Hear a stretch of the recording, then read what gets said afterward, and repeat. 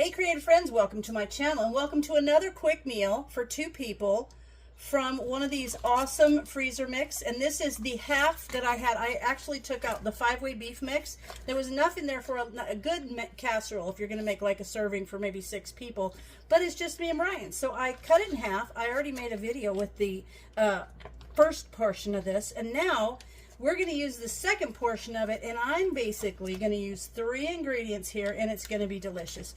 And what I'm going to do, it's a little bit different than the last thing I did, which I used the cornbread mix on top of it, kind of like a cottage pie in a way, or a cornbread dumpling on it. But what I'm going to do with this, I'm going to make a full portion of the condensed cream soup, the beef condensed cream soup. I'm going to use the half of the package of the 5-way beef mix, and I've got pie crusts. And all I'm going to do is let these come to room temperature, and then I'm going to cut them in half, and I'm going to make 4 nice kind of a pot pie, hand pie, sometimes people call them. But what I'm going to do first, I'm going to go ahead and get my beef condensed soup made, and then I'm going to put this in it and heat it, because I don't want this to be in the oven long enough for the inside to get hot, or it will just really ruin the crust. So I want to get it hot enough that in the time the crust, it's just going to be perfect. So let me go ahead and make this, and I'll be right back. Now I've got this made, and what this is it is 1/3 of a cup of this dry mix and 1 1/4 cups of water, and you just put it in a saucepan and heat it up. Gets nice and thick. And what I've done is I have poured off about a cup of it, because that's what I'm going to drizzle over the pies when they're ready to serve. And now I'm just going to take the other portion, the other half of that 5-way beef mix, and I'm going to put this in there, and I'm going to get it all hot together. So, gosh, it smells so good. I love the smell of this. So now I'm just going to mix that up and let it get all hot, and then we're going to make us some hand pies. So let me heat that on the stove, and I'll come back when it's hot. All right, I've got it nicely heated up, and I've got the 2 pie crusts cut in half here on my cooking sheet, and I've got a silicone mat underneath there. Let me just move those out of the way. Then I've got a fork to crimp the edges, and I've got a knife to cut little slits in the top. And then when I put this in, I'm just going to put that in the oven with it to keep it nice and warm. So now what I'm going to do is fill the center here, make it perfect, and then fold it over and crimp the edges like a little pie. I might be able to get some more up in there, kind of measure it that way. There we go. It's kind of like a pot pie, really.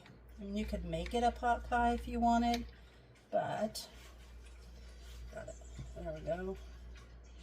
Kind of fold that over. Just make it so that it closes. Doesn't have to be fancy. There we go.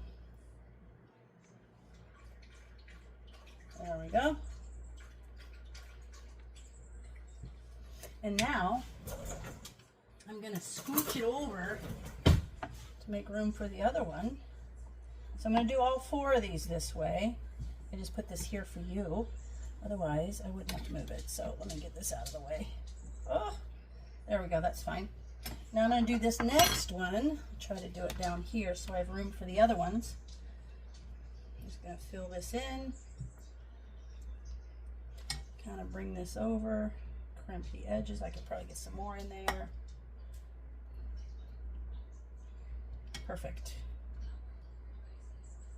Get that under there. And I'm going to crimp these edges. And then these will go in the oven. It's at 450. It's just basically the directions off the pie. And then when they're all done, I will come in and, ooh, gotta get that hooked. Then I'm going to come in and pour some of this creamy soup over the top. But I'm also going to cut a couple of little slits in the top. So that's good. There we are. Okay. Let me get this next one over here.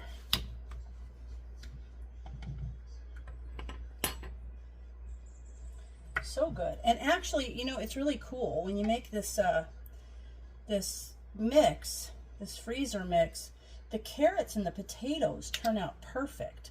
Like when you go to cook it, they're not mushy or anything. They're just right. Okay, there's that one. And then I think what I'm going to do is I'm going to serve this with some corn. Cut a couple slits. They're not pretty, but they're going to be good. have a little left over, and I think what I might do with that is tomorrow just put it over some toast or something for lunch. That'll be just right. Yep, that'll be just enough for a serving of this over toast. It might just be perfect. There we go. A little bit in there. Excellent. Okay, now let me get my little crimpy fork.